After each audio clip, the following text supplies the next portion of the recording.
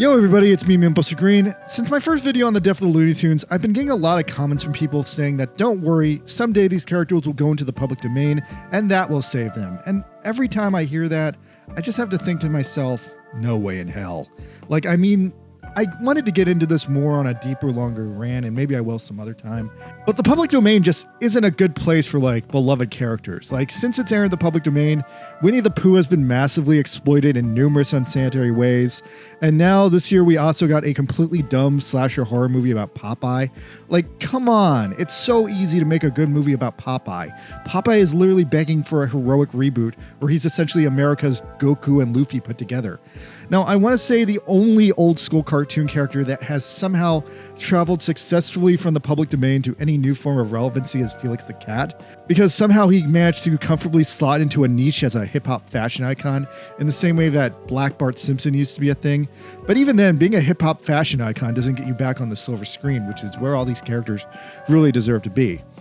Anyway, last night an old friend of mine invited me out to see a limited theatrical run of the newest movie by the mad guys behind the unrated horror on steroids Terrifier series, Screamboat. Screamboat is the Steamboat Willie cartoon from Disney remade as a slasher horror movie, and maybe it should have been called Screamboat Willie. That would have been more obvious. Anyway, yeah, this is literally the public domain Mickey Mouse horror movie. At a time when more and more characters are slipping into the public domain more than ever from the past 100 years, most of the time, they're getting instantly turned into bland slasher horror movies, and this is one of them. Now, I'll review this movie 2 times. First, I'll do a non-spoiler review in case you want to see it, because I did think it was honestly kind of good. Then I'll go into some light spoilers, because the movie does need a little bit more work to be perfect. But the thing I keep coming back to overall is the movie's just a little bit too long, and the fact it is too long caused a lot of its other problems to come out, and it overall makes the movie look worse because the movie checks in at a hefty 2.5 hours, which is honestly 1 hour too many.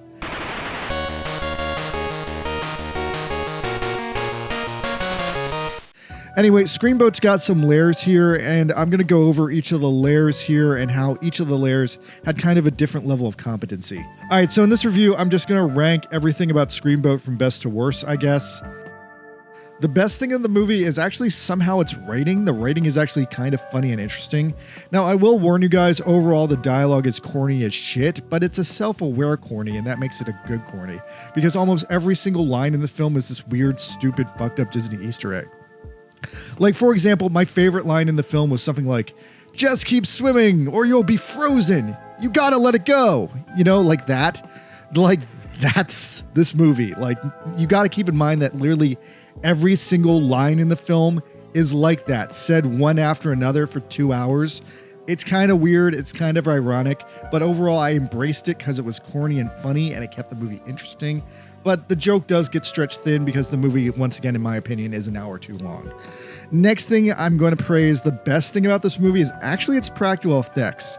In the first hour or so, I love the first hour. Mickey is mostly shown as a stop motion, robot motion puppet. And that honestly super worked for me because it took me back to all the 80s horror movies I grew up with that I used to love as a kid, like Gremlins and the Puppet Master series. And I thought that when they used those puppet effects, even though somehow it looked faker, my suspension of disbelief just turned off because all of that nostalgia for those old movies came rushing in, and that made me enjoy it more because I didn't see Mickey at first, and that for me was a lot more interesting until they did reveal it. Next up, the cast was okay. For the most part, I liked them. I didn't super like that the leads were a little bit on the older side and a little bit ugly. Everyone on the cast felt like they were maybe 10 or 20 years too old for the characters they were playing, but I got over it because they were at least charming people and they were doing their best. Conceptually, the movie started off really strong. The initial concept for the movie just seemed to be there's a bunch of people on the Staten Island ferry one night, and one night this super rat gremlin on steroids gets out on the ferry and starts killing everybody. Now, over the course of the movie, it got more and more Disney-esque, and therefore it also got dumber, but I kind of liked that. I really love the first hour. The first hour of this movie completely cooks, but then it kind of goes downhill after that because the movie just goes on way too long. It also definitely at some point becomes a classy visual metaphor for the state of Disney and things Disney has done, which sometimes works when it's really, really clever, but sometimes it's too in-your-face corny. The cinematography of the movie was okay, slightly above average. It mostly looks like your average sci-fi channel original movie, but it's a little bit nicer in a few places. All right, I think that's about everything I can praise about the movie. At this point, I need to get into what I didn't like, and that comes with spoilers. All right, so the first thing I didn't super like was the movie's digital effects, because they just were overall kind of weak, and it had a kind of constant fakeness, which kind of sucked and took me out of the movie, which really sucked because I thought the practical effects were great, but the worst problem was this extended to Mickey Mouse. Throughout the movie, at first Mickey is mostly a puppet for the first hour, and I really liked the puppet because it really gave me these vibes of like the fucked up real history of horror that, like, once upon a time in the 1950s, there was this movie Babes in Toyland that obtained the rights to Mickey from Disney, and they totally killed a monkey by getting him on drugs and shoving him inside this rubber Mickey suit. And the Mickey that initially shows up in the first hour of the movie kind of feels like this. It feels like this giant diseased rat, or it feels like a dangerous monkey in a costume.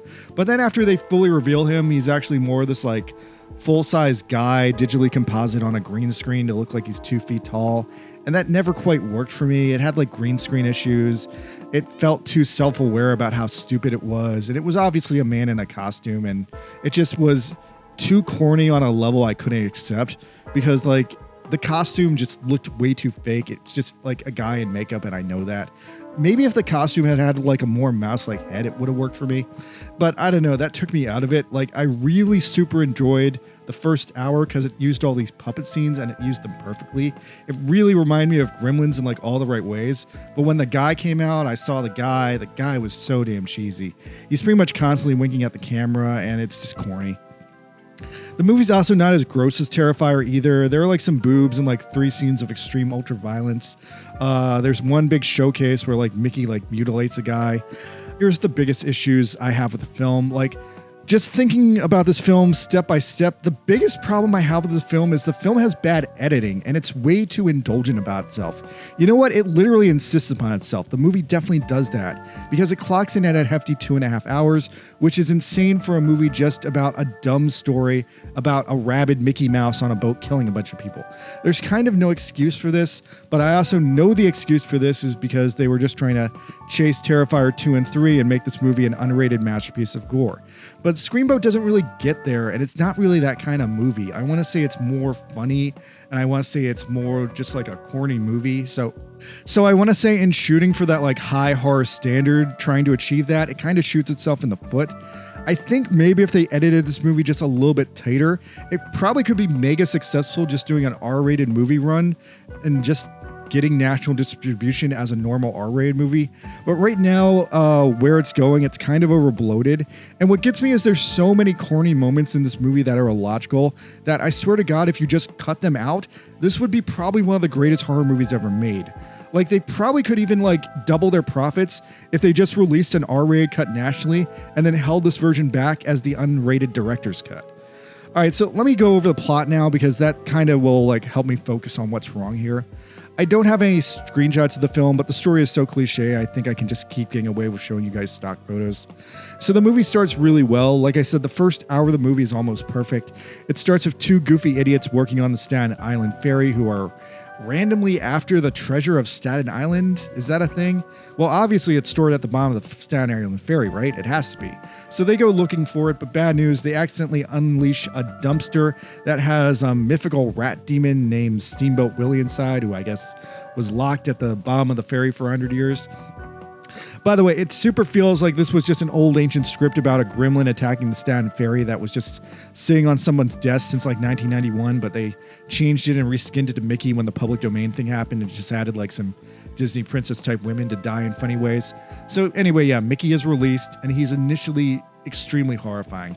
He's just this giant rat monster that uses cartoon logic to like sucker punch women, brand them with hot needles, and whistle terrifyingly while he's like beating cops to death with hammers. He kills so many cops. It's actually so stupid. It's hilarious.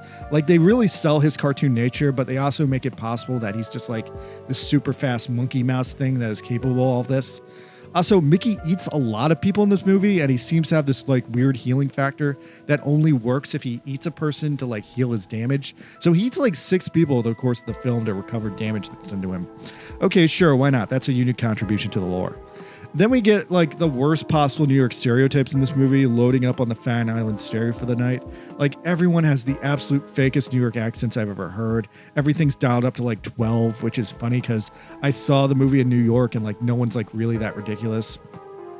We get a handful of random main characters, including like Pete the Sailor, a main survivor girl, a random EMT who refuses to die, a kid and his religious mother, and like so many disposable extras, including a naked cowboy and like an entire German polka band.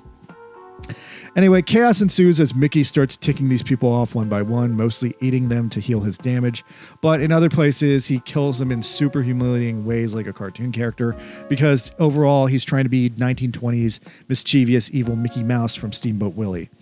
There is some bad editing early on where the film seems to start off at night, but then rewind to like the afternoon irregularly, like the sun goes up and down in the sky, and then Mickey just goes on this like escalating slaughter spree throughout the movie. One thing that's amusing is there's these drunk hoe girls who are like modeled on like Disney princesses. I didn't see how the Little Mermaid one died, but that felt like a plot hole. But otherwise, I did like that the movie used them to artistically paint a picture. Like probably the best single shot in the movie is just these princesses being terrible and drunk and awful. And then the camera slowly pans over to an out of order woman's restroom that says women out of order on it. And I really, really appreciate that one shot because it has just the classiest visual irony of like an upscale political cartoon. Then at the middle of the film, Mickey goes into like hyper killer mode and kills like almost all the people on the ferry all at once, except for like 5 survivors who had story plot armor. This is another point that felt like a bad edit to me because then after this, out of nowhere, still additional cops and crew members will show up just for Mickey to kill them with like no like setup. But it feels like that's like a plot / editing mistake because these characters were never established at the start of the film.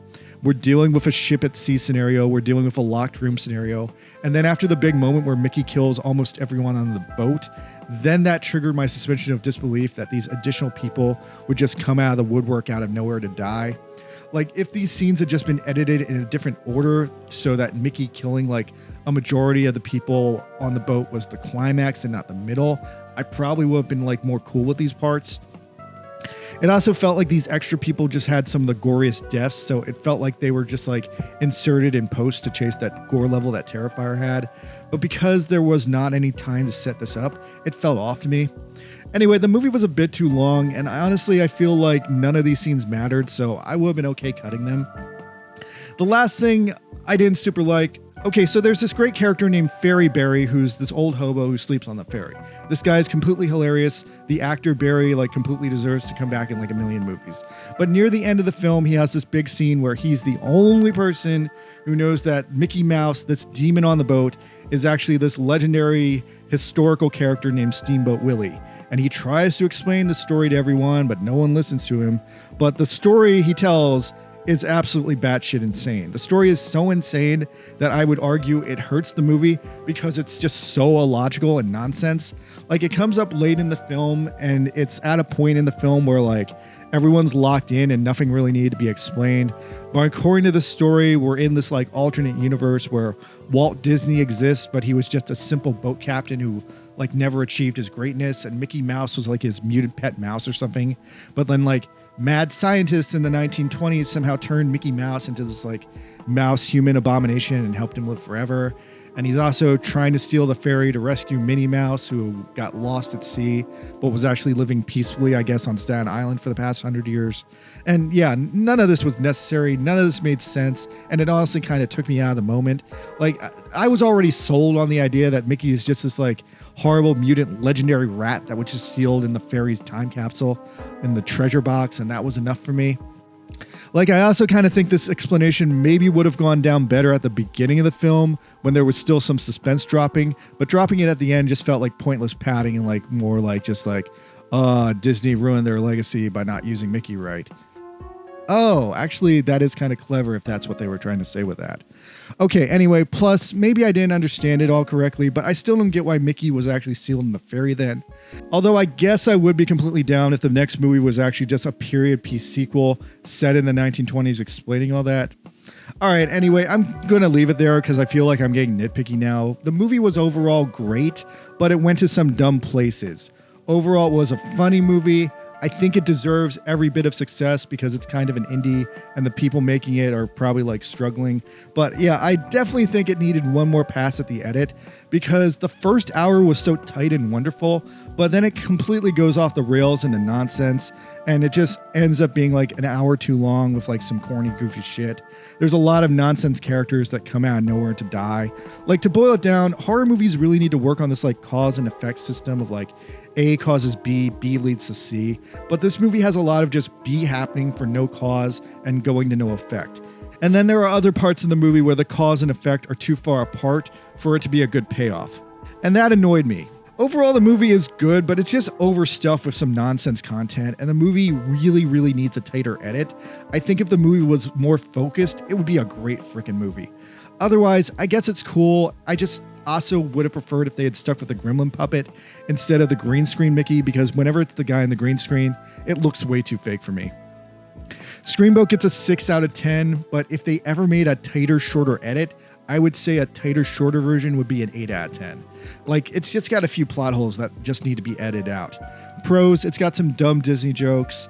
Mickey is a horrible man-eating rat gremlin, and it's got a lot of funny New York inside jokes and attitude.